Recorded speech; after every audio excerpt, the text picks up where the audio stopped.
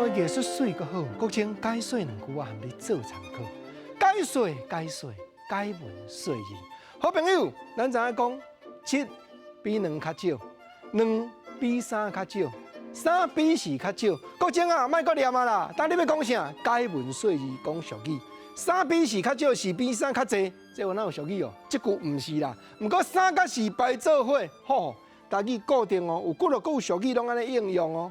咱举头一个咧，国情啊，常常含慢讲话，我100句咧讲，101句唔对，定咧风险。人讲吼，你安尼三讲四唔对，咱嘛知啦。国情头拄仔咧讲讲100句，101句唔对，这无可能的嘛。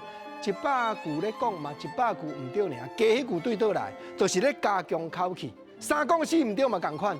你安尼吼讲三句唔对就足害啊，结果三讲四唔对，四就是比三较济，所以这个俗语咧应用加强的气氛。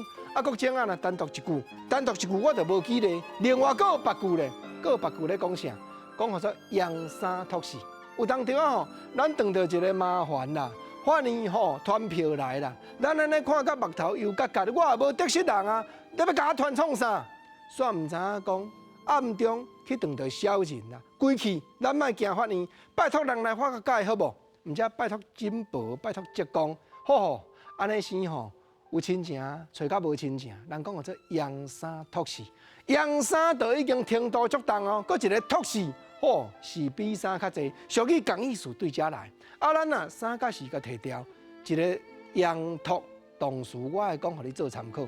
煞毋知影有人讲阳托，有人讲阳家，尤其选举的人讲我上好阳家，你支持都要坚定，这张票毋通转互别人。所以吼，阳家、阳托，这就是拜托的意思。阳三托四，一再伫咧找啦，要找人斗排解啦。啊，三甲四啊，佫有无？有哦，四比三较济，佫另外一句，讲我再三再四，咱嘛知影讲再三都已经表示程度真重哦。佫一个再四，台湾话嘛另外一句话，人咧讲高不离中，人敢无加强讲高不离三中，这拢为着要加强才说出来的话。啊，台语歌青春悲喜剧，就咧讲看护妇暗结姿态，结果所爱迄个人煞来甲放杀，内底口碑就讲再三再四，望你唔通袂记。意外真可真误，变成一场空梦的青春悲喜剧啦。